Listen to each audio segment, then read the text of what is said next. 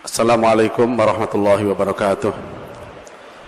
Alhamdulillahirabbil alamin wassalatu wassalamu ala nabiyyina Muhammadin wa ala alihi wa sahbihi ajma'in. Amma ba'd. Rabbi shrah li sadri wa yassir li amri wahlul 'uqdatam min lisani yafqahu qawli. Hadirin hadirat jamaah salat subuh rahimakumullah. Kewajiban kita sebagai seorang muslim yang sangat ditekankan di dalam Al-Quran dan hadis Rasulullah SAW adalah bagaimana menjadikan diri kita beradab. Rasulullah berpesan pada kita semua, akrimu auladakum wa ahsinu adabahum. Muliakanlah anak-anakmu dan perbaikilah adab mereka. Jadi kita diperintahkan oleh Rasulullah SAW untuk memuliakan anak-anak kita dan memperbaiki adab mereka. Para ulama kita dulu sangat menekankan masalah adab ini.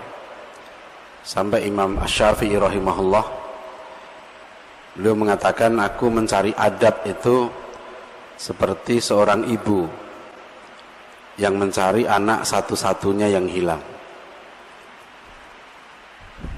Ibnu Mubarak, seorang ulama besar di masa tabi'in, beliau mengatakan kadal adabu thulutsaidin.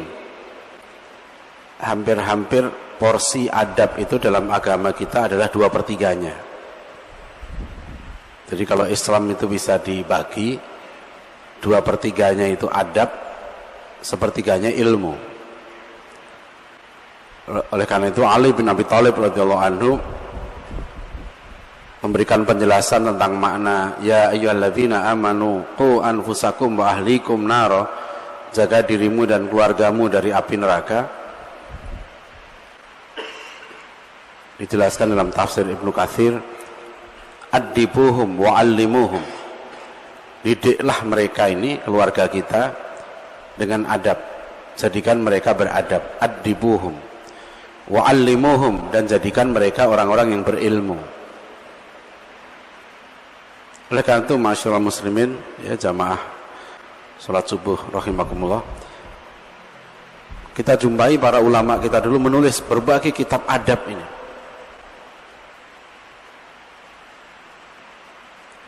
Adab itu adalah sikap, ya, adab itu sikap yang benar sesuai dengan harkat dan martabat yang ditentukan Allah.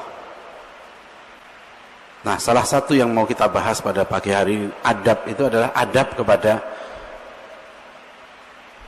orang-orang yang mulia. Misalnya dalam Al-Quran dijelaskan, inna akramakum indallahi atqakum. Yang paling mulia di antara kamu adalah orang yang takwa.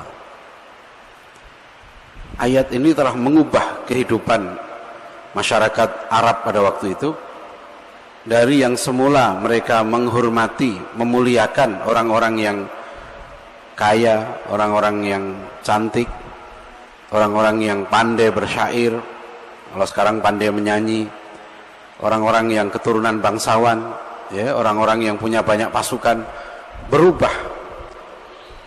Itu masyarakat jahiliyah, masyarakat yang bodoh. Mereka tidak tahu siapa yang mulia dan siapa yang hina. Di Madinah berubah siapa yang dihormati pada waktu itu. Di Madinah dimuliakanlah orang-orang seperti Bilal, Abdullah bin Mas'ud, Ali bin Abi Thalib, Abu Bakar As-Siddiq, dan orang-orang yang mulia. Orang-orang yang mulia, karim. Siapa yang mulia? Ini adab. Dan ajaran Islam itu ajaran yang memang isinya adab. Adab bangun tidur, adab sholat jamaah, adab masuk masjid, adab masuk kamar mandi, keluar kamar mandi, adab di dalam kamar mandi, adab suami pada istri, adab istri pada suami, adab anak pada orang tua. Ya, bahkan Luqmanul Hakim menjelaskan tentang adab pada anaknya, ya bunayya la tusyrik billah. Wahai anakku, jangan syirik pada Allah, karena syirik itu biadab. Syirik itu menyamakan Allah dengan makhluk. Itu tidak sopan, itu kurang ajar, itu biadab. Tidak sopannya kepada Allah. Maka inna syirka la dzulmun azim. Dalam bahasa sehari-hari kita sebut adab ini semacam sopan santun, tapi tidak sepenuhnya, karena sopan santun itu dasarnya budaya. Kadang-kala sopan santun ini tidak berdasarkan wahyu, karena di dalam Al-Quran misalnya kita diperintahkan memuliakan orang-orang seperti Ibrahim alaihissalam. Nabi Ibrahim ini mulia, sampai nama beliau kita sebut terus di dalam sholat kita. Kita kaitkan dengan doa kepada Nabi kita Muhammad SAW. Nah inilah pentingnya kalau pagi ini kita membahas tentang sejarah. Itu kaitannya dengan adab kita, ya, kepada orang-orang yang seharusnya bagaimana kita bersikap. Dan saya ingin menekankan ini salah satu kewajiban penting kita sebagai orang tua atau sebagai guru. Anak-anak kita harus kita ajari adab supaya tahu, ya, tahu adab supaya tidak biadab. Addibuhum, didik mereka dengan adab. Wa'allimuhum, dan didik mereka dengan ilmu. Ini jadi oleh karena itu Al-Quran mengajar kita bagaimana bersikap yang betul, beradab yang betul. Ya, misalnya Al-Quran mengajar tentang Nabiullah Ibrahim alaihissalam. Kenapa? Kan Al-Quran ini kalau kita perhatikan, sosok Nabi Ibrahim alaihissalam ini sosok yang diperebutkan. Kaum Yahudi mengklaim kamilah keturunan yang sah dari Ibrahim. Sampai orang Yahudi mengaku kami bangsa pilihan Tuhan, kami yang terpilih karena kamilah keturunan yang sah. Ya, sampai ada penulis Yahudi yang menyebut Islam itu dengan Hagarisme. Islam itu Hagarism. Hagarism itu maksudnya isme, faham yang dibawa oleh keturunan Hajar. Karena dalam pandangan Yahudi, Hajar ini budak. Hajar itu hina menurut mereka. Kalau kita lihat dalam Al-Quran, Al-Quran memuliakan Hajar ini. Dan itu kita praktekkan ketika kita misalnya haji, umroh, ibadah sa'i itu memuliakan Hajar. Selalu kita ingat bagaimana kisah perjuangan beliau. Jadi kalau kita sedang sa'i, kita harus ingat bahwa Hajar itu sosok yang dihina oleh kaum Yahudi.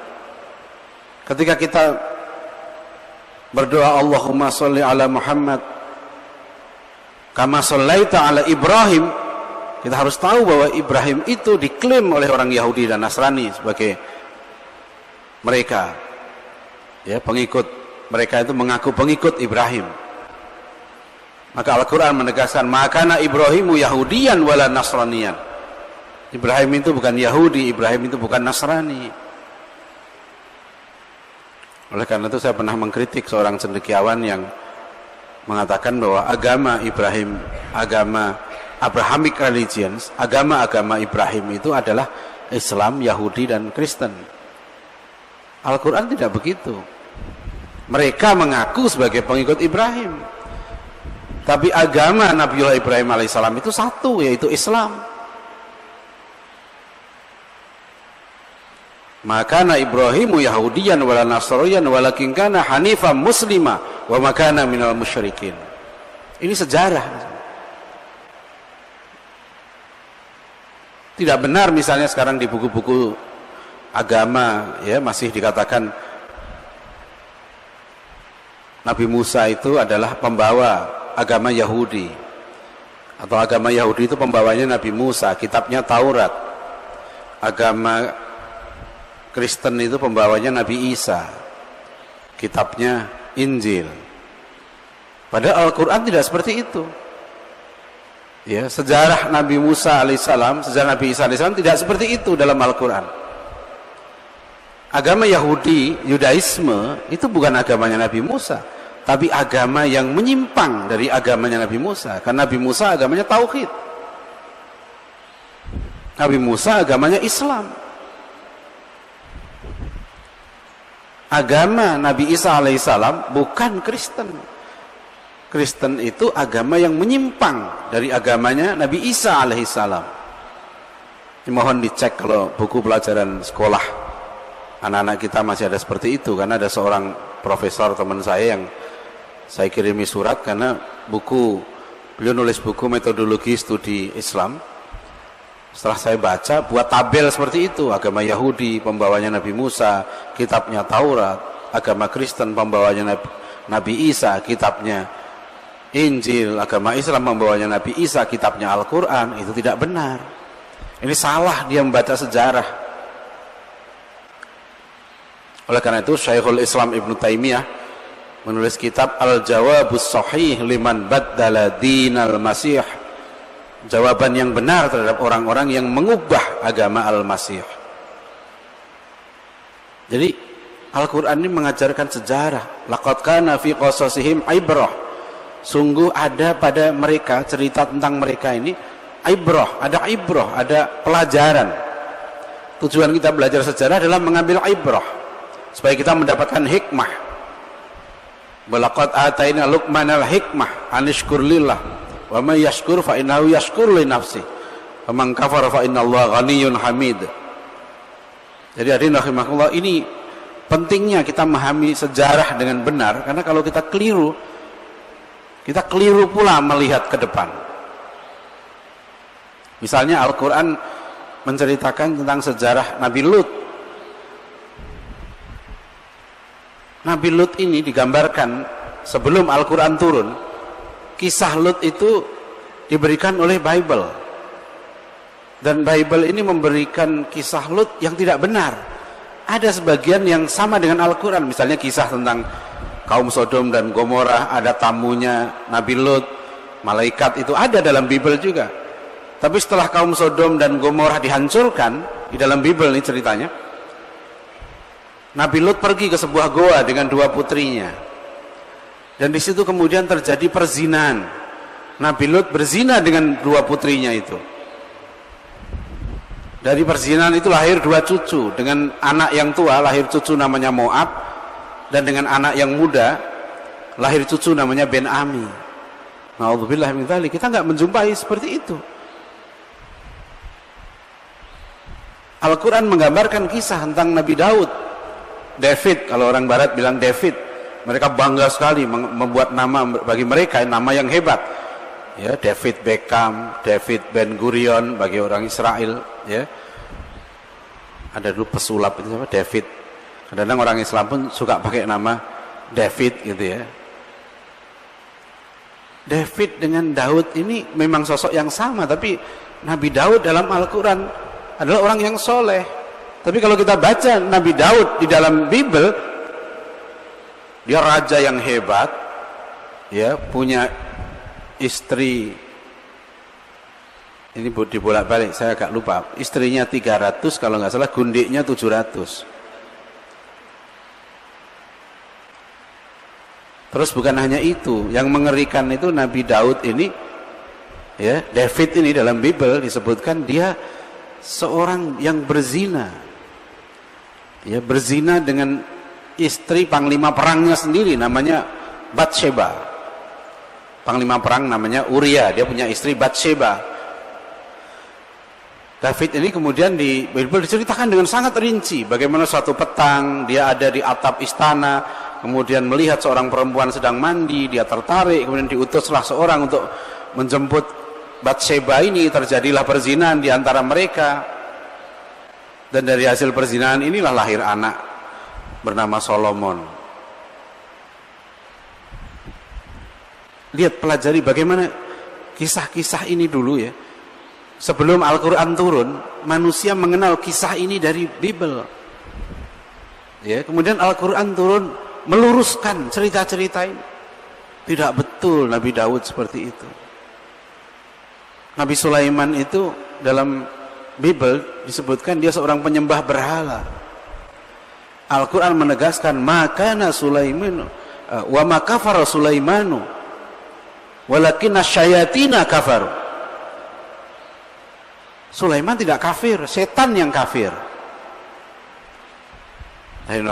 Jadi Banyak kisah-kisah Al-Quran itu ada yang meluruskan, juga ada kisah-kisah yang memberikan inspirasi perjuangan di saat para sahabat waktu itu ditimpa musibah, ujian dakwah yang luar biasa, dihibur oleh Allah.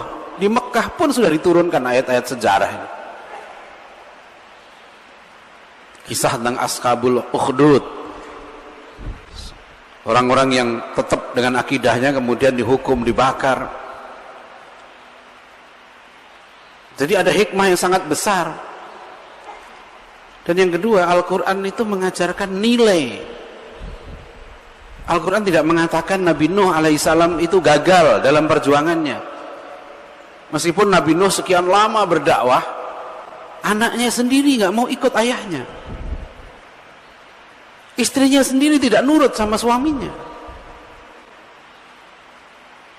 Jangan dianalisis bahwa Nuh itu tidak paham teori komunikasi, sekian lama gagal. Dia menggunakan cara pandang yang keliru. Al-Quran tidak mengajarkan seperti itu. Yang kita diajar dalam Al-Quran adalah ambil nilai-nilai perjuangan Nabi Nuh itu. Bagaimana kegigihan beliau, kesabaran beliau, ketaatan beliau kepada Allah SWT. Nabi Ibrahim itu diusir, dibakar. Tapi dalam Al-Quran kalau kita lihat kisah Nabi Ibrahim alaihissalam, tidak menunjukkan kekalahan Ibrahim.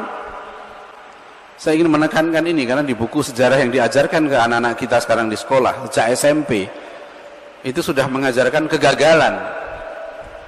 kegagalan para pahlawan ya dalam melawan penjajah adalah karena satu, perjuangannya bersifat lokal, dua, karena mengandalkan kekuatan senjata, tiga, karena ini dan seterusnya.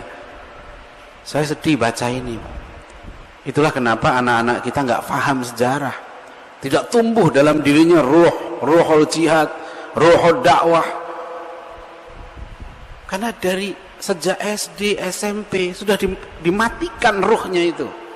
Dengan apa? Dengan sejarah yang salah. Siapa yang mengatakan Diponegoro itu kalah? Di dalam perang itu Diponegoro ditipu oleh Belanda. Diponegoro itu seorang raja pada waktu itu. Beliau Sultan Abdul Hamid, namanya aja sama dengan Sultan Turki. Sultan Abdul Hamid, Senopati ing Ngalogo Sayyidin Panotogomo. Itu gelarnya Pangeran Diponegoro. Dan beliau bertahta di Gua Selarong. Beliau tidak mau menduduki tahta di Mataram karena dalam babat Diponegoro menulis bahwa nanti aku diatur oleh orang kafir. Perjuangan Diponegoro ini jihad. Bahkan Bung Karno sendiri ketika 100 tahun peringatan Diponegoro di Istana Negara, ada buku kecil diterbitkan oleh Departemen Penerangan pada waktu itu. Bung Karno mengatakan bahwa Diponegoro ini mujahid yang agung, ulama yang agung. Tapi anak-anak kita nggak diajar seperti itu. Ya, yang ada di buku sejarah adalah Diponegoro berperang karena tanah leluhurnya dirampas oleh penjajah. Jadi seolah-olah perang Diponegoro ini urusan tanah.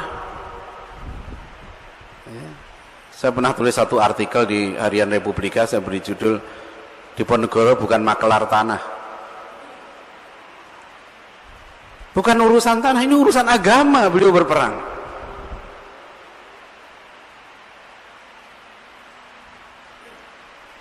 ,200.000 rakyat Jawa mati dalam perang Diponegoro ini. Maka disebut sebagai perang Jawa, perang terbesar. 5 tahun itu 200.000 orang mati. Dan itu para sejarawan heran, bagaimana waktu itu priayi, santri bersatu dalam perang Diponegoro. Padahal belum lama terjadi pembantaian lebih dari 5.000 orang kiai dan santri di alun-alun Pleret, Surakarta oleh Sunan Amangkurat I. Bagaimana kaum santri kemudian bisa bersatu lagi dengan kaum bangsawan Jawa ini ketika perang Diponegoro. Lihat bagaimana ulama-ulama kita dulu dari Mekah mengirim surat menggelorakan semangat jihad, tidak pernah berhenti. Jangan dikira yang melawan penjajah itu dulu banyak. Masyarakat kita dulu ketika dijajah sebetulnya tenang-tenang aja. yang menjaga terus semangat perlawanan, ini penjajah kafir, itu para ulama. Waktu itu semua sudah settle, semua sudah diatur oleh penjajah, semua dapat pekerjaan yang baik, mereka bahkan mendirikan sekolah-sekolah. Nanti buah dari perang di Diponegoro ini, Belanda belajar, karena waktu itu VOC hampir bangkrut, dia rugi 8 juta gulden.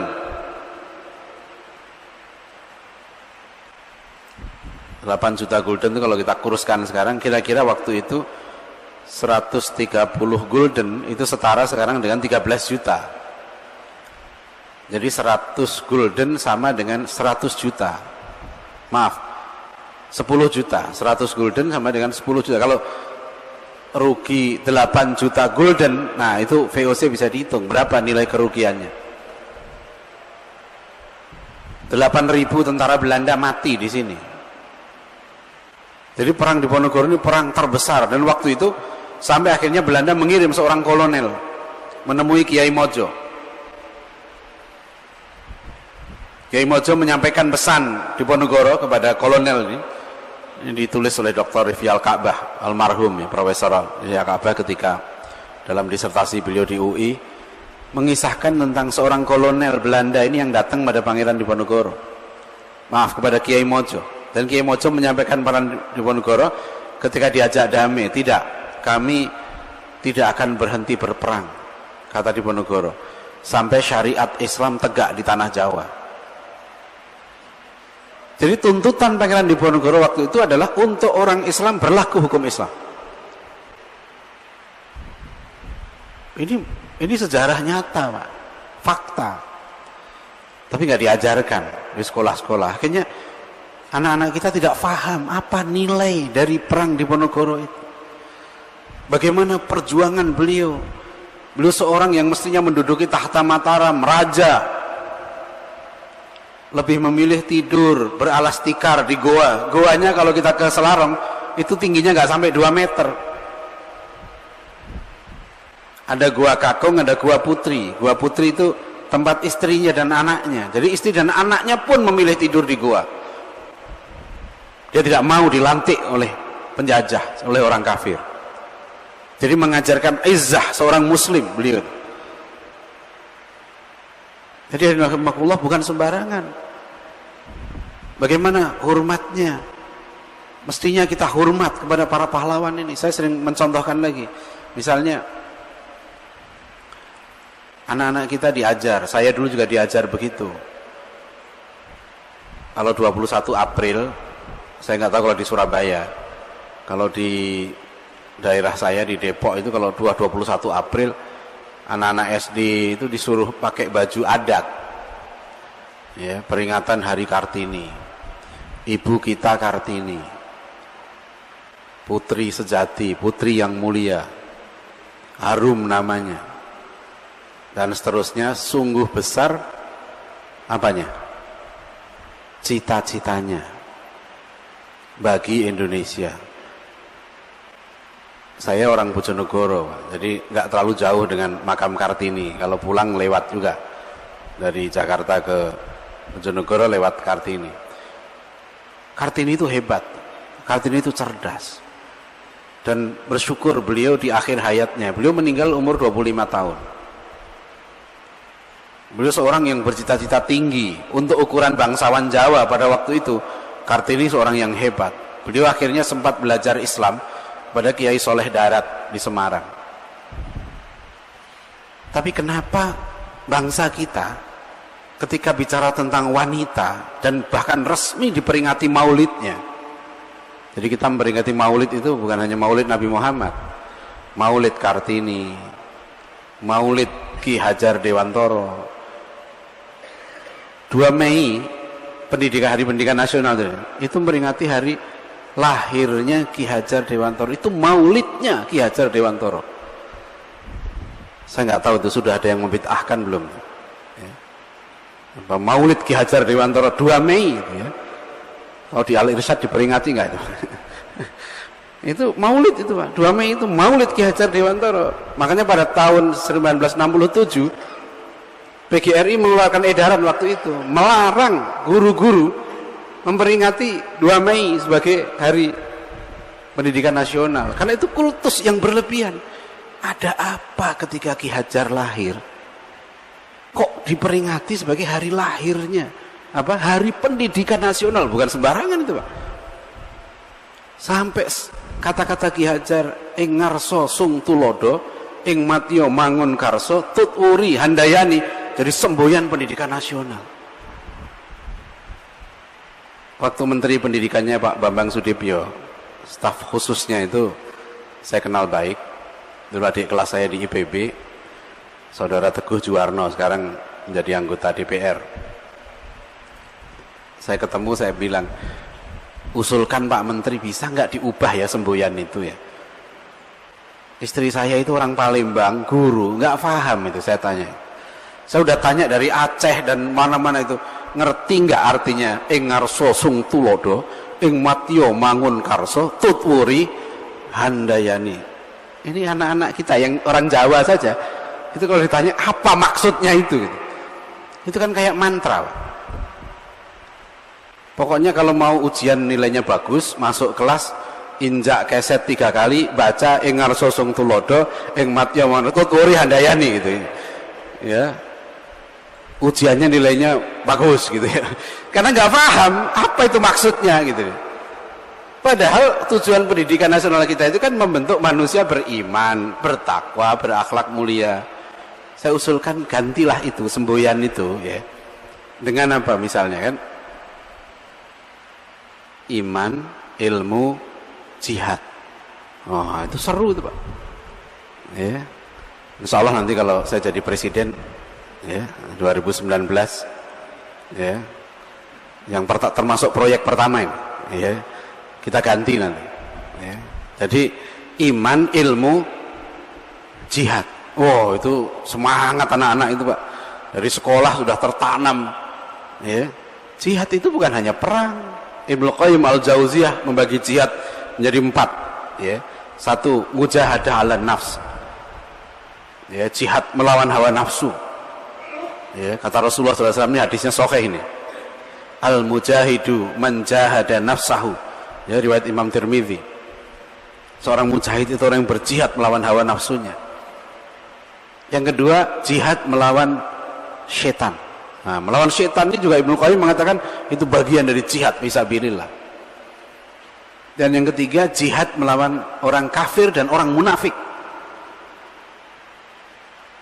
Itu jihad. Yang keempat, jihad melawan kemungkaran, kebatilan, juga jihad fisabilillah. Jadi alhamdulillah, insya Allah kita belajar sejarah ini bagian dari jihad juga ini. Kita mau meluruskan ini karena salah paham, pahamnya salah. Ya, saya contohkan tadi. Terus terang saya bidang pendidikan. Jadi kalau ngasih soal ke mahasiswa saya begini, saya kasih soal tuh mahasiswa saya untuk calon doktor. Ya. Tokoh pendidikan nasional Indonesia terhebat adalah A. Kiai Haji Hasyim Asy'ari, B. Kiai Haji Ahmad Dahlan, C. Muhammad Natsir, D. Ki Hajar Dewantoro. Jawabannya yang mana?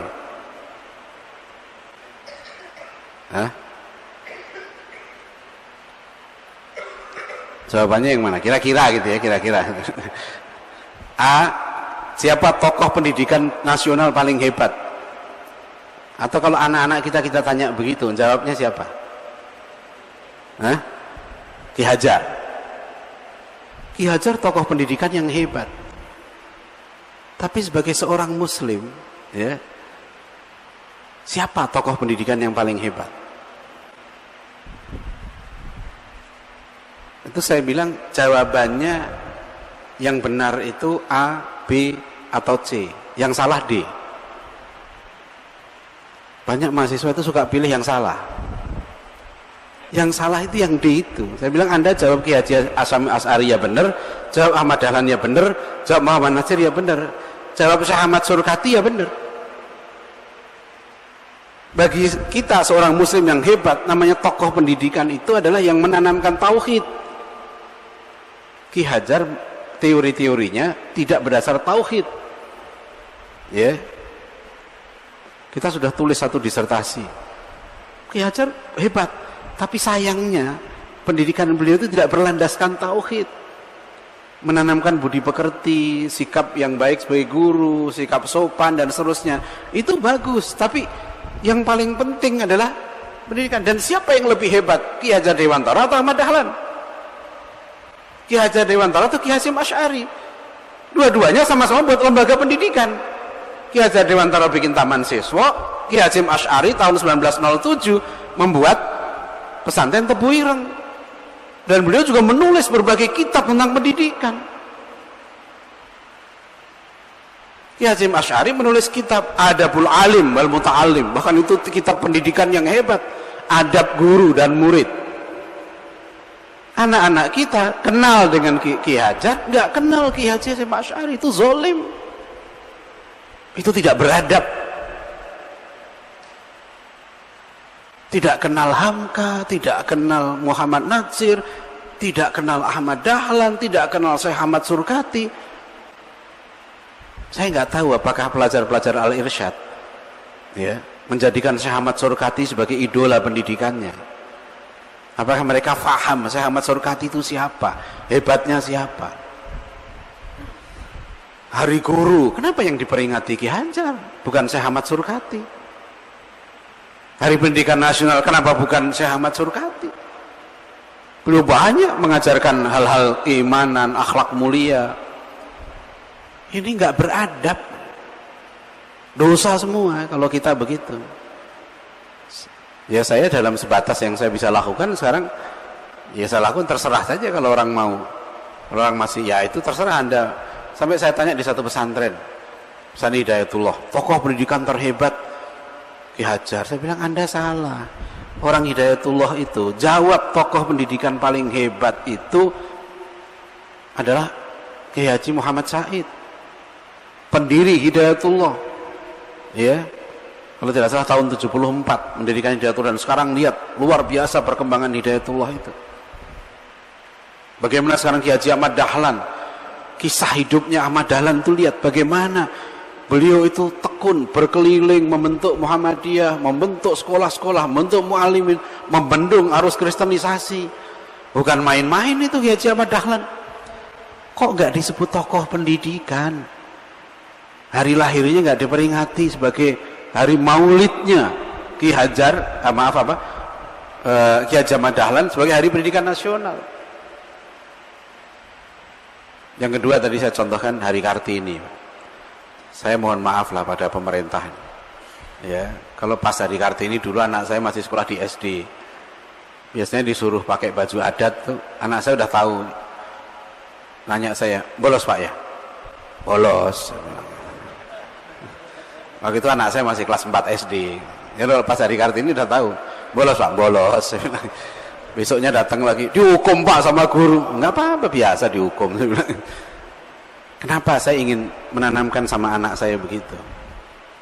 Ya, karena ini soal adab, Pak. Siapa sih sebetulnya perempuan yang paling hebat di Indonesia yang layak kita jadikan simbol negara ini, simbol perjuangan perempuan, itu siapa? Kartini tadi hebat, tapi ini yang menggugat ini bukan kalangan Muslim justru.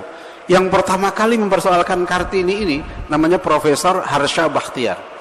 Beliau lulusan Harvard University, guru besar sosiologi di UI, dan juga waktu itu tahun 79 dia nulis, itu 70 tahun 1979 itu pas 100 peringatan 100 tahun Kartini. Ya. Profesor Harsha Bakhtiar waktu itu menduduki jabatan sebagai Kepala Litbang Departemen Pendidikan dan Kebudayaan. Beliau menulis artikel di Harian Kompas yang menjelaskan apa artikelnya itu? Bahwa bangsa kita mewarisi sosok Kartini itu dari penjajah. Penjajahlah, Sunuk Orogronya lah yang dulu mengangkat Kartini untuk diangkat sebagai simbol, ya, simbol wanita, sampai dibuatkan lagunya, diperingati maulidnya. Beliau contohkan, coba perhatikan dalam sejarah Indonesia ada tokoh-tokoh wanita yang hebat. Ya, pertama beliau tunjukkan ada namanya Ratu Syafi'atuddin, seorang perempuan yang menjadi ratu di Aceh. Beliau waktu itu kondisi Aceh kritis sampai Syekh Nuruddin Araniri waktu itu para ulama sudah paham perempuan itu sebenarnya nggak boleh jadi sultan, tapi pilihan waktu itu kalau Ratu Syafi'atuddin, beliau ini menantu dari Sultan Iskandar Muda, kalau nggak diangkat jadi ratu Aceh itu pecah ya. Jadi akhirnya mencari kemudaratan yang paling kecil, jangan negara berperang, jangan pecah, yang penting kemudian ratu ini diangkat sebagai Syafi'atuddin diangkat sebagai ratu Aceh. Dan beliau hebat sekali. Ada ulama-ulama waktu tidak mengakui di Aceh, tapi tidak ditindas. Dan kemudian dalam pemerintahannya beliau melawan Belanda, dan kemudian beliau juga ahli sastra, ahli politik. Bukan hanya bercita-cita, ya, bukan sungguh besar cita-citanya, tapi beliau sudah berkarya sebagai seorang ratu. Yang kedua beliau contohkan di Bone. Di Bone itu ada seorang ratu yang hebat juga, namanya Siti Aisyah. Bahkan Siti Aisyah Wetan Riole namanya itu. Lihat dalam internet itu. Beliau memajukan pendidikan, dan beliau ahli sastra, ahli berbagai bahasa. Siti Aisyah ini beliau menerjemahkan ribuan bait puisi Bugis, namanya Lagaloge. Jadi dikenal oleh dunia barat pun sekarang dikenal. Siti Aisyah itu ahli dalam sejarah, ahli dalam sastra, seorang ratu. Saya kalau ke Aceh sering saya ingatkan, Anda punya wanita yang sangat hebat di Aceh ini, yang harusnya menginspirasi para perempuan di Indonesia, namanya Malahayati. Malahayati adalah jenderal angkatan laut pertama di luar Turki. Jadi waktu itu dunia ini negara paling hebat angkatan lautnya itu Turki Utsmani waktu itu. Buka cabang di Aceh namanya Baitul Muqaddas, dan Akademi Angkatan Laut Turki ini di Aceh itu, Baitul Muqaddas itu melahirkan seorang perwira perempuan namanya Malahayati. Dan Malahayati itu kemudian diangkat sebagai panglima perang kerajaan Aceh. Bayangkan seorang perempuan ya, abad ke-16 itu diangkat sebagai panglima perang kerajaan, berperang melawan armadanya Cornelis de Houtman dan menang. Ini bukan sembarangan. Tapi kenapa anak-anak kita nggak dikenalkan dengan kisah kehebatan Malahayati ini?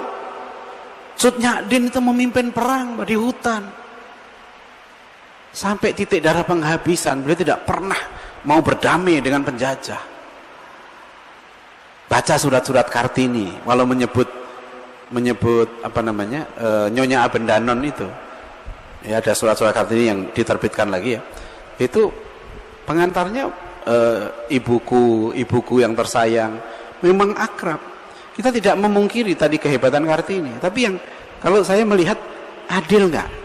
Profesor Hasan Baghdad waktu mengatakan, kenapa bangsa kita disuruh mewarisi Kartini sebagai simbol perempuan? Coba kalau waktu itu ya di Aceh saya bilang, coba kalau dari dulu lagunya kita ganti, ibu kita Cut Nyak-din ya, yang melawan penjajah kafir sampai titik darah penghabisan. Semangat Pak anak-anak kita, nggak lemes-lemes. Ini sejarah, Pak. Salah kita membaca sejarah, hilang itu ruh perjuangan. Kemarin saya ingatkan, coba ada yang kenal sama Adipati Yunus, yang anak sekolah, yang anak-anak, kenal nggak? Siapa? Ya. Lionel Messi kenal? Ya. Tukul kenal nggak? Tukul. Ya.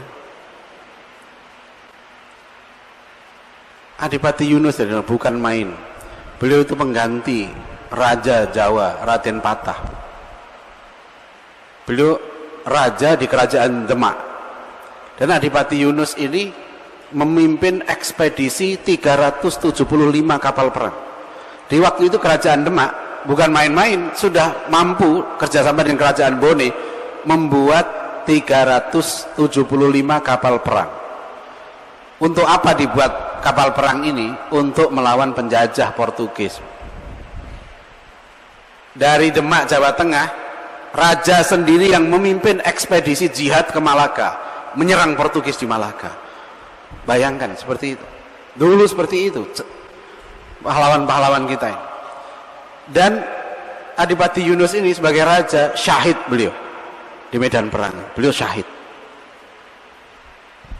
Jadi bukan sembarangan orang-orang ini. Wali Songo ini bukan yang digambarkan banyak orang mistiknya. Wali Songo ini orang-orang hebat. Buya Hamka menulis dalam buku Perbendaharaan Lama, bagaimana kemudian ketika Mojopahit menghancurkan kerajaan Samudra Pasai, kemudian setelah itu dibalas oleh Samudra Pasai dengan mengirimkan Maulana Malik Ibrahim ke Pulau Jawa dan mendarat di Gresik tahun 1399. Apa yang terjadi kemudian? Dari Maulana Malik Ibrahim datang ke Gresik, itu yang beliau lakukan di Gresik, berdakwah di situ terus menerus sampai tahun 1478 kerajaan Demak berdiri. Bagaimana Sunan Ampel, bagaimana Sunan Giri, mereka pejuang, mereka orang-orang hebat yang derajatnya waktu itu setara dengan raja. Sunan Ampel itu kan istrinya itu putri dari Aryo Dipo, Raja Muda Mojopahit. Jadi waktu itu yang namanya Wali Songo ini bukan orang sembarangan, dia dihormati sekelas raja. Jadi yang datang ke sini dulu bukan kelas TKI. Yang datang ke Nusantara ini datang ke sini ya cari kerja, bukan sambil dagang, ya kan begitu di buku sejarah ini kan. Yang membawa Islam ke Nusantara ini adalah para pedagang dari Gujarat. Mereka sambil berdagang sambil dakwah. Dakwah kok sambilan. Negeri seluas ini, sebanyak suku bangsanya, ribuan pulau, disatukan dengan satu agama, disatukan dengan satu bahasa. Ini bukan pekerjaan sambilan, ini pekerjaan yang sangat terencana dengan matang. Bagaimana para ulama yang datang dari Yaman datang ke sini, apa yang mereka lakukan? Mengubah bahasa Melayu dari bahasa yang kecil waktu itu di daerah Jambi, diangkat bahasa Melayu ini, diisi dengan kata-kata Islam. Kemudian bahasa ini dijadikan bahasa ilmiah, ditulis kitab-kitab, dan kitab yang ditulis oleh para ulama ini di satu daerah dikaji di seluruh Nusantara. Waktu itu pedagang-pedagang Arab sudah menguasai wilayah Nusantara ini, bahkan sebelum Rasulullah diutus. Sampai produk yang paling terkenal dari Nusantara yang di Timur Tengah ketika itu produk kapur. Ya, dari daerah Barus yang paling bagus, kapur Barus. Ya, kemarin di kuliah subuh saya sampaikan, kapur Barus itu kan, kapur itu bahasa Arab, makanya identik dengan kafir, karena di Timur Tengah dulu kapur ini dipakai untuk meredam bau mayat. Ya, yang produk yang paling bagus dari daerah Barus, orang sana tahu, makanya Nusantara dulu terkenal produksi kapur terbaik. Kapur Barus itu tuh kafir, makanya orang kafir itu maksudnya hatinya tertutup, kafaro, tertutup. To cover, jadi ambil oleh bahasa Inggris, jadi to cover artinya menutup. Ya, saya nggak tahu juga, yang penjaga nutup gawang namanya kiper, yang nutup barang namanya koper. Orang Belanda kali itu bikin koper. Itu to cover ya, dari kapur ya, dari to apa namanya kafir itu ya, itu sejenis. Jadi dulu perdagangan yang menguasai itu, makanya bahasa Melayu yang kecil itu menggantikan hegemoni bahasa Jawa. Sehingga awal abad 20 yang sekalian, tokoh-tokoh Katolik seperti Frans van Lith mengharamkan penggunaan bahasa Melayu untuk diajarkan di sekolah-sekolah Katolik. Tidak boleh. Karena ketika itu kalau belajar bahasa Melayu sama dengan belajar Islam. Isi kata-katanya sudah Islam. Lihat tuh kan, kemanusiaan yang adil dan beradab, itu kata Islam. Saya sudah tanya tuh dari Aceh sampai Maluku, apa bahasa, saya bilang apa bahasa Acehnya adil, apa bahasa Jawanya adil, coba ada nggak? Kalau orang Jawa bilang, kamu jangan adil, itu nggak ada Pak bahasa Jawanya. Orang Sunda saya tanya, apa bahasa Sundanya adil? Nggak ada. Kalau orang Jawa bilang adil itu apa Pak? Ada nggak bahasa Jawa? Ada yang bilang podo-podo, lain. Adil itu tidak sama. Jadi bayangkan Pak, untuk tahu adil saja di Nusantara ini, itu nunggu Islam datang. Jadi sebelum Islam masuk ke negeri kita ini, dibawa oleh orang-orang Arab pada waktu ke sini, orang Indonesia ini nggak kenal adil. Jadi belum ada keadilan di sini sampai Islam datang. Wong kata adil aja nggak ada. Itu.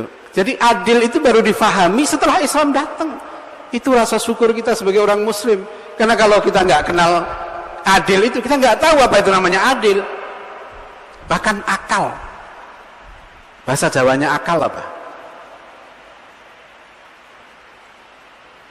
Apa tuh bahasa Jawanya akal? Pikiran. Pikiran bahasa Arab. Fakaro, fikroh, ya kan? Itu bahasa Arab. Ada yang bilang utak, beda, ya. Utak kebo, utak sapi, ya utak beda. Akal itu bukan hanya otak, beda. Ya, ini jadi satu bahasa itu masuk dibawa oleh para ulama kita ke sini, mengubah cara pandang. Ya, mengubah bangsa kita yang dulunya kenal tahayul dan lain-lain, dibuat menjadi rasional oleh Islam di sini. Ini yang sekarang ini ya, orang nggak paham bagaimana, orang nggak kenal kata adil, adab, kata ada itu bahasa. Coba sekarang kata wujud, ada itu bahasa Arab. Dulu orang Indonesia, orang Jawa kalau bilang ada apa? Ono. Ya ada. Sampai kata Allah itu dibawa.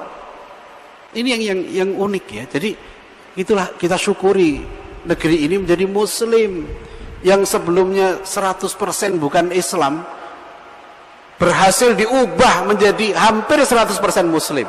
Ini bukan pekerjaan sambilan, ini pekerjaan orang-orang hebat. Sekarang kita mempertahankan yang 87% aja susah. Dulu mereka datang ke sini, para ulama kita dulu mengubah dari kafir menjadi Muslim. Sekarang tugas kita menjaga dan memperkuatnya.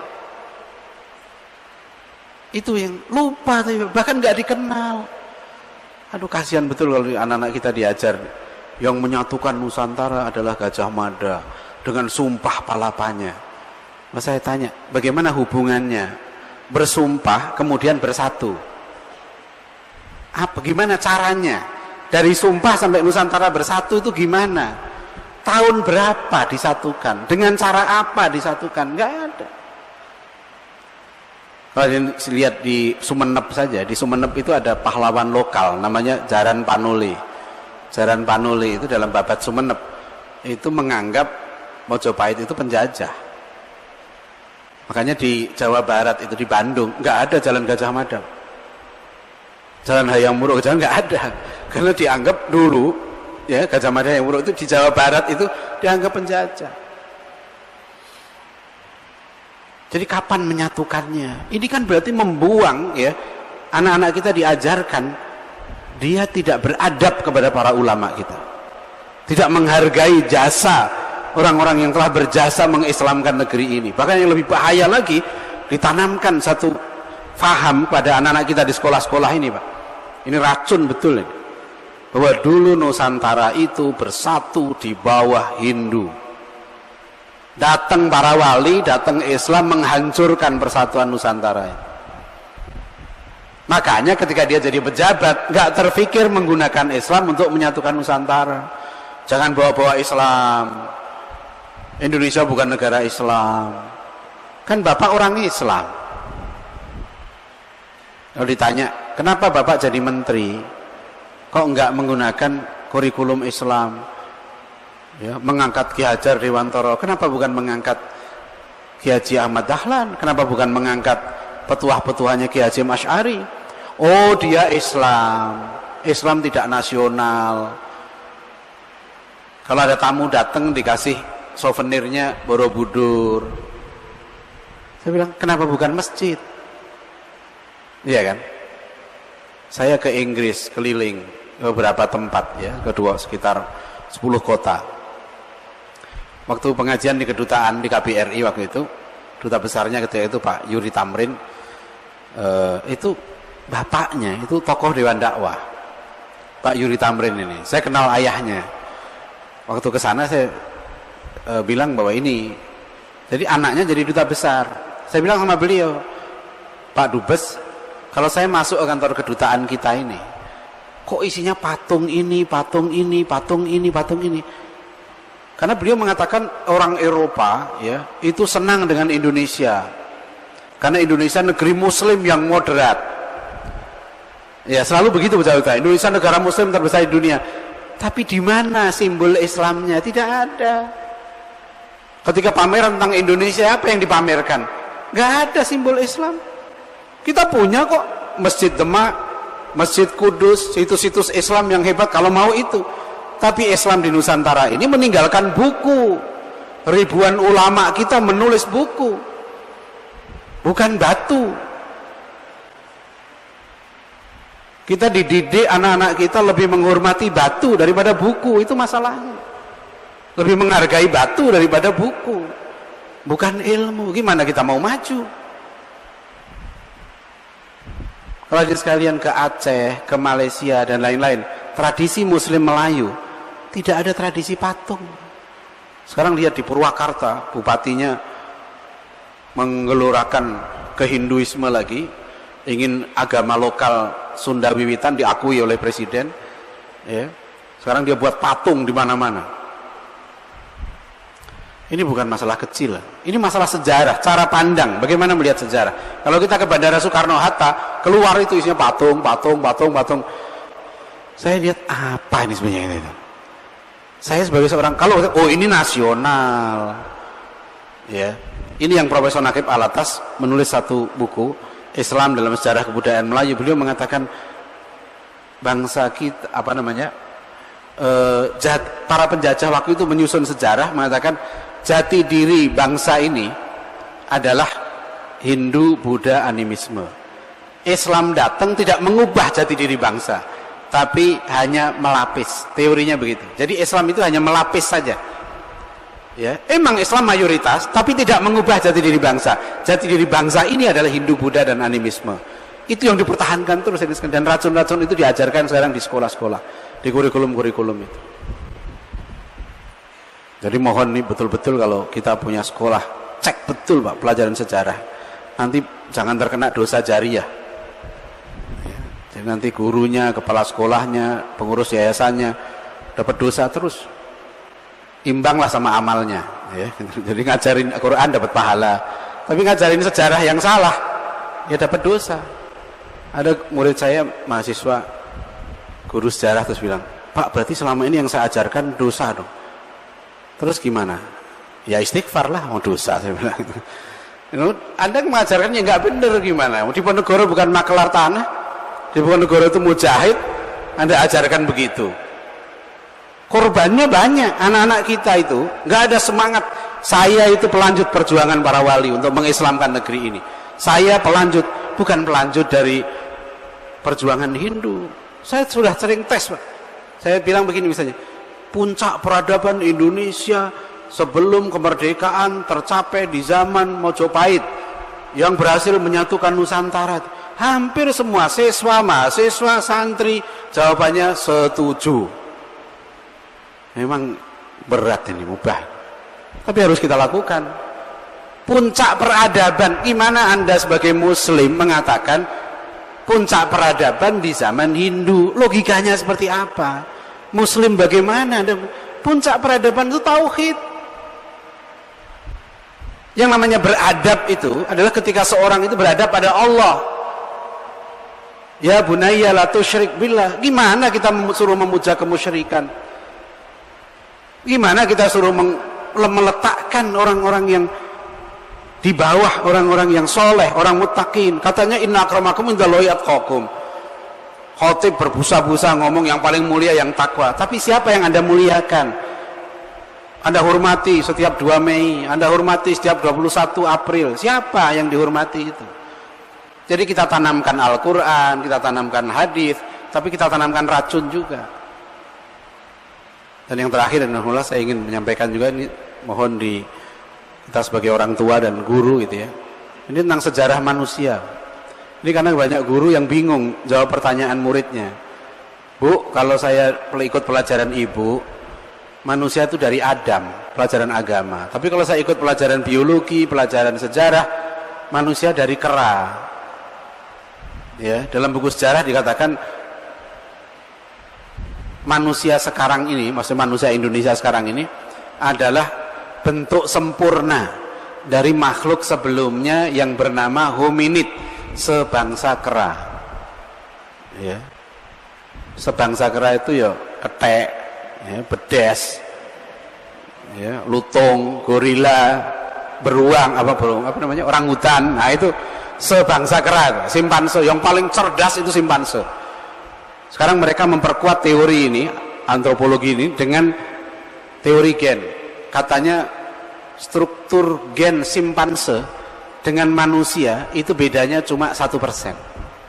Jadi tinggal 1% lagi struktur gen simpanse itu 100% sama dengan manusia. So, mereka teorinya dulu makhluk-makhluk purbakala ini ada satu zaman di mana kemudian berevolusi, ya, berubah sedikit demi sedikit, dia menjadi Pithecanthropus erectus, yaitu hominid itu, sebangsa kera. Nah ini cikal bakalnya manusia modern, Homo sapiens. Dari mana teori ini? Dari mana? Katanya ini ilmiah. Saya bilang itu tidak ilmiah. Mereka bilang yang ilmiah, yang rasional dan empiris. Sekarang buktikan dari mana rasionalnya bahwa monyet jadi manusia. Tidak ada. Empirisnya di mana? Kalau ada orang purba sekarang masih hidup, dia mengatakan bener kok dulu teman-teman saya monyet. Nah itu berarti empiris itu. Saya ini udah umur saya ribuan tahun. Itu namanya empiris. Tapi kalau enggak, itu cuma dugaan. Inna dhonna la yughni minal haqqi syai'an. Al-Quran memberitahu kita ini Bani Adam, bukan Bani monyet. Kenapa kita dipaksa jadi Bani monyet? Habis ada wakil guru Pak di satu madrasah bilang ke saya, gimana Ustadz, saya ngajar manusia dari Adam, dimarahi wakil kepala sekolah saya. Nanti anak-anak ujiannya gimana? Kan ujiannya nanti manusia asal-usulnya dari hominid, sebangsa kera, bukan dari Adam. Jadi bingung. Kalau ada soal misalnya asal-usul manusia Indonesia adalah A, kera, B, Adam, C, tuyul misalnya, D, cacing misalnya. Terus kalau dijawab Adam dapat pahala, tapi nggak dapat nilai. Kalau dijawab kera dapat nilai, tapi dosa. Terus gimana jawabnya Pak? Saya bilang ya jawab Adam lah. Ntar sekolah kita jatuh dong, nilainya UN-nya turun, nggak sesuai dengan kurikulum. Ya dulu nenek moyang kita, pendahulu kita nggak takut melawan pengawas, nggak takut nggak dapat nilai. Nyawanya hilang aja nggak takut. Sekarang masa sekolah takut? Tauhidnya di mana? Tapi oke lah saya bilang gitu. Kalau memang ya supaya aman ya, dapat nilai, tapi ya insya Allah nggak terlalu dosa. Saya bilang gitu. Jawab kera sambil istighfar. Itu pilihan yang ataful iman lah saya bilang gitu. Jadi sudah, jadi astagfirullahaladzim gitu ya. Jadi sudah ini salah ya, begitu memang terpaksa. Tokoh pendidikan nasional gini ya sudah astagfirullahaladzim. Sepanjang ujian bisa istighfar terus. Astagfirullahaladzim. Tapi nggak apa-apa daripada nggak tahu ya. Jadi paling nggak gurunya ngasih tahu. Nanti jawab ya. Ya istighfar lah, istighfar terus ya. Itu lumayan. Jadi dari kera itu dari mana? Secara namanya ontologis dia salah, epistemologis salah, aksiologisnya juga salah. Dan teori ini nggak ada gunanya Pak, aksiologinya nggak ada gunanya. Ujung-ujung dari pelajaran itu ya, asal usul manusia Indonesia dari apa? Cuma kesimpulannya, ternyata nenek moyang bangsa Indonesia berasal dari Kamboja, berasal dari Vietnam. Cuma itu doang. Terus kalau kita tanya, terus ngapain diajarin nenek moyang? Kalau sudah tahu nenek moyang kita dari sana, dari Vietnam, terus ngapain coba? Tapi kalau kita tahu nenek moyang kita Adam, Adam itu perang melawan iblis, itu ada relevansi dengan kehidupan kita sekarang. Ya, perjuangan hidup kita ini melawan setan, itu ada relevansinya. Perjuangan hidup kita sekarang menegakkan tauhid. Jadi kalau kita salah baca sejarah ya begitu. Akhirnya karena kita dari monyet, teori ekonomi kita suruh jadi monyet. Negara ini, kalau kita lihat pidato pejabat itu, isinya cuma income per kapita, kesejahteraan, yang dibicarakan masalah perut. Bangunlah, padahal lagu Indonesia Raya kan bangunlah jiwanya, bangunlah badannya. Saya udah usul pada seorang menteri ya, kebetulan satu grup WhatsApp dengan saya usulkan, janganlah pakai revolusi mental, karena dalam Al-Quran yang ada itu adalah tazkiyatun nafs, reformasi jiwa. Kan lagu Indonesia Raya juga begitu, bangunlah jiwanya, bangunlah badannya, bener itu, tapi nggak dilaksanakan. Bangunlah jiwanya dengan apa? Tazkiyatun nafs. Bahkan sampai ke perguruan tinggi saya lihat teori ilmu jiwa yang diajarkan nggak sesuai dengan Quran. Bahkan di pesantren saya kadang diajarkan psikologi. Psikologi apa coba? Psikologinya bukan untuk membersihkan jiwa, tapi ternyata psikologi yang dari Freud, psikologi yang dari teori behaviorisme dan sebagainya. Kok begini sih? Saya bilang pendidikan Islam masa begini? Tugasnya disuruh qad aflaha man zakkaha wa qad khaba man dassaha, tapi ilmu jiwa yang diajarkan ke mahasiswa, ke pelajar-pelajar bukan ilmu jiwa yang sesuai dengan Al-Qur'an. Jadi alhamdulillah kita ini betul-betul ya dari rumah tadi kita harus memperbaiki ya. Akhirnya anak-anak kita diajar, coba saya sering menyampaikan kan, teori kebutuhan. Dari SMP, sekarang kurikulum SMP itu sudah diajari itu, Pak. Kebutuhan manusia primer, sekunder, tersier. Yang primer itu makan, minum, sandang, papan. Saya bilang itu kebutuhan monyet. Kebutuhan manusia yang paling penting dan paling primer itu ibadah. Wa ma khalaqtul jinna wal insa illa liya'budun. Jadi guru kalau ngajar di sekolah harus diubah itu. Ini salah. Yang benar adalah kebutuhan primer kita ibadah. Makanya waktu kita saum, kita haus, kita lapar, kita nggak minum, kita nggak makan, karena ibadah lebih penting. Para mujahidin itu rela dulu. Kalau dulu ya, pesantren-pesantren dulu ngajarkan kebutuhan primer, makan, minum, dan seterusnya, nggak akan mereka berani ngelawan penjajah.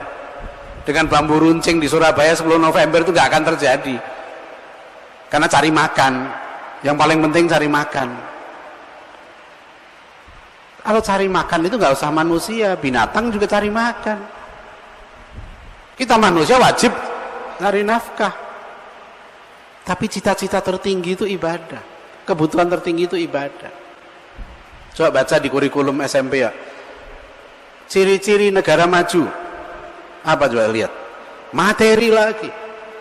Negara yang income per kapitanya tinggi, negara yang penduduknya sejahtera, negara yang menerapkan hak asasi manusia, negara yang menerapkan kesetaraan gender. Saya sedih betul lihat ini. Ini gurunya tahu nggak ini bahwa kurikulum ini racun? Sehingga kita diposisikan sebagai negara berkembang. Negara berkembang artinya apa? Kita disuruh ngekor apa orang Barat itu maju. Kita tidak menafikan kemajuan mereka. Mereka maju di bidang sains dan teknologi. Dan kita harus lebih baik dari mereka, kita rebut sains itu. Tapi manusianya nggak maju. Yang paling penting manusianya maju apa enggak? Manusianya tidak maju, karena mereka itu hidupnya seperti binatang. Hum yakuluna wa yatamatta'una kama ta'kulul an'am. Hidup mereka berputar-putar seputar syahwat, kerjaannya makan-makan, senang-senang, kama ta'kulul an'am, seperti binatang itu, makan-makan. Lihat hidup mereka itu. Makan, minum, senang-senang, itu saja. Saya dengar dari teman kalau di Jepang itu sudah Jumat malam, kereta itu penuh dengan orang mabuk. Ya. Mereka teler, mabuk, melupakan pekerjaannya, istirahat, nanti hari Senin baru fresh lagi, kerja lagi. Ya terus begitu, hidup mereka begitu. Waktu saya ke Inggris itu melihat kafe ya, itu kalau sudah Jumat malam, kafe itu ngantri panjang. Itu orang ngapain tuh, mau antri, mau masuk bar, antri mau teler. Jadi kalau sudah Jumat dini hari atau Sabtu dini hari itu kriminalitas meningkat, banyak orang mabuk. Apa ini maju? Apa ini maju? Orang yang seperti ini, anak tidak tahu adab pada orang tua, anak tidak hormat pada orang tua. Kalau sudah dewasa merasa punya hak asasi anak. Istri tidak tahu adab pada suami, tidak taat pada suami. Apa ini beradab? Apa ini maju? Anak kita cekoi sejak di sekolah-sekolah, itu negara maju, negara maju, negara maju. Yang maju apanya? Kita Al-Quran punya konsep kemajuan sendiri. Yang namanya maju dalam Islam itu maju jiwanya. Itu yang pertama, yang terpenting. Makanya kita ada konsep taqarrub pada Allah. Kita maju kan, dalam hadis qudsi dikatakan, aku akan mendekat pada hambaku. Kalau hambaku berjalan sejengkal, aku mendekat sehasta. Kalau hambaku berjalan, aku berlari kecil. Allah mendekat kepada kita sejauh kita mendekat kepadanya. Nah itu maju. Maju itu ada tujuan. Kemana kamu? Kalau kita mau ke misalnya ke Bandung, kita naik kereta, kita maju. Ada tujuan yang mau kita capai, namanya maju. Tapi kalau orang kafir, dia nggak pernah maju. Karena hidup dia berputar-putar seputar syahwat. Seperti binatang itu. Nah, kita di sekolah-sekolah ini harus mengajarkan kemajuan itu apa. Anda maju sebagai manusia kalau Anda semakin dekat dengan Allah. Tapi kalau konsep ini dirusak, maju itu artinya adalah maju materi, jangan heran kalau nanti anak-anak kita sendiri tidak paham apa namanya maju itu. Karena ditanamkan begitu, negara maju juga begitu. Ketika jadi pejabat, urusannya cuma urusan uang. Kalau dia akhirnya jadi serakah. Korupsi kan karena serakah. Jadi ini salah satu ya, bahwa pentingnya kita memahami sejarah ini, bagaimana kehidupan para nabi, kehidupan Rasulullah, ya, kehidupan para sahabat nabi, itu untuk kita jadikan contoh, ibrah. Laqad kana fi qasasihim ibrah li ulil albab, bagi orang-orang yang berakal. Cerita dalam Al-Quran ini bukan cerita kosong ya, ini cerita yang penuh dengan ibrah, cerita penuh dengan hikmah. Sekali lagi ini tanggung jawab kita ya, sekarang ini cukup berat ya sebagai orang tua ya, karena saya sekarang juga anak saya sampai satu orang saya minta khusus kuliah sejarah ya di satu universitas Islam, dan saya merasakan Pak, dia kuliah di pendidikan sejarah, Masya Allah, padahal itu universitas Islam terbaik, pendidikan sejarahnya akreditasinya A, tertua. Tapi sudah setahun ini anak saya kuliah sejarah, harus saya koreksi. Dia dapat pelajaran PKN, loh kok PKN-nya seperti ini, keliru lagi. Dapat pelajaran antropologi, salah lagi. Dosennya pakai jilbab, tapi dosennya mengatakan kita jangan menyalahkan satu suku karena kita punya nilai sendiri. Dia bilang itu relativisme, keliru. Dapat pelajaran lagi asal usul manusia. Ternyata betul, calon-calon guru ini juga dididik di kampusnya. Manusia itu memang dari kera. Atau nanti dia jadi guru, diajar lagi ke muridnya, manusia dari monyet lagi. Terus berputar-putar seperti itu. Harus kita putus tuh lingkaran setannya. Anak saya itu nanya, tapi dosennya begini Pak, pakai dalil ya. Wa id qala rabbuka lil malaikati inni ja'ilun fil ardi khalifah qalu ataj'alu fiha may yufsidu fiha wa yasfikud dima. Nah itu menunjukkan sebelum Adam katanya ada manusia, ada makhluk sejenis manusia. Saya bilang itu, saya tahu ada orang yang berpendapat begitu, tapi itu masih bukan sesuatu yang pasti ya, itu dugaan. Dugaan tidak bisa mengalahkan yang yakin. Oke, jangan bicara soal ini, tapi bicara soal kita. Kita sekarang ini keturunan Adam, itu pasti. Yang pasti jangan dikalahkan dengan yang zon. Jadi ini salah cara ilmunya itu. Ya saya paham, kemudian oh iya ya. Saya bilang tugas kamu sekarang berjihad, saya bilang ke anak saya. kamu berjihad meluruskan kurikulum ini. Jadi kalau saya boleh usul, misalnya guru-guru kita khusus Pak, didik pendidikan sejarah yang betul, angkat guru-guru kita itu sampai menjadi doktor sejarah. Jadi guru harus kita angkat ke tingkat pendidikan tinggi, tapi harus benar. Nanti dia di dokter malah sesat, lebih gawat lagi. Ya, kalau dia ilmunya tinggi malah ngajarin yang nggak benar, karena ada begitu. Ada profesor di Jogja, mahasiswa bilang ke saya, profesornya tetap mempertahankan bahwa manusia dari monyet. Saya bilang, suruh profesor kamu kawin dengan simpanse. Kalau dia mengatakan simpanse bisa jadi manusia, buktikan sekarang. Jangan hanya ngomong. Suruh simpanse itu kuliah di UGM. Saya bilang, suruh kuliah sampai S1, S2, S3, bisa nggak dia jadi manusia? Suruh simpanse ini kawin dengan profesor, lahir anak setengah simpanse, setengah manusia. Kawinkan lagi dengan manusia, lahir anak 2/3 manusia, sepertiganya simpanse. Kawinkan lagi dengan manusia sampai 100% manusia, bisa nggak? Nggak bisa, karena yang namanya manusia itu ruh. Ruh itu bukan manusia itu karena punya ekor, karena jalannya bungkuk. Nggak penting manusia itu bungkuk, ngesot, jalannya tegak, itu nggak penting. Manusia itu punya ekor atau nggak ekor, itu bukan inti manusia. Manusia itu bulunya lebat atau enggak, bukan inti manusia. Dalam pepatah Arab dikatakan, akbil ala nafsi wa aksin fadailaha fa innaka bin nafsi la bil jismi insanun. Hadapkan dirimu, fokuskan dirimu pada jiwamu dan sempurnakan keutamaan-keutamaannya. Sebab Anda disebut sebagai manusia. Fa innaka bin nafsi la bil jismi insanun. Anda disebut manusia karena jiwa Anda, bukan karena tubuh Anda.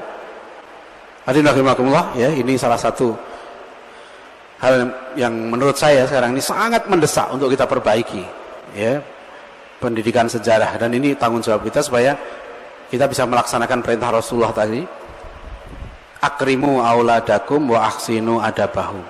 Muliakanlah anak-anakmu dan perbaikilah adab mereka. Tanggung jawab kita semua. Mudah-mudahan kita bisa melaksanakan amanah ini dengan baik. Billahi taufik wal hidayah. Assalamualaikum warahmatullahi wabarakatuh.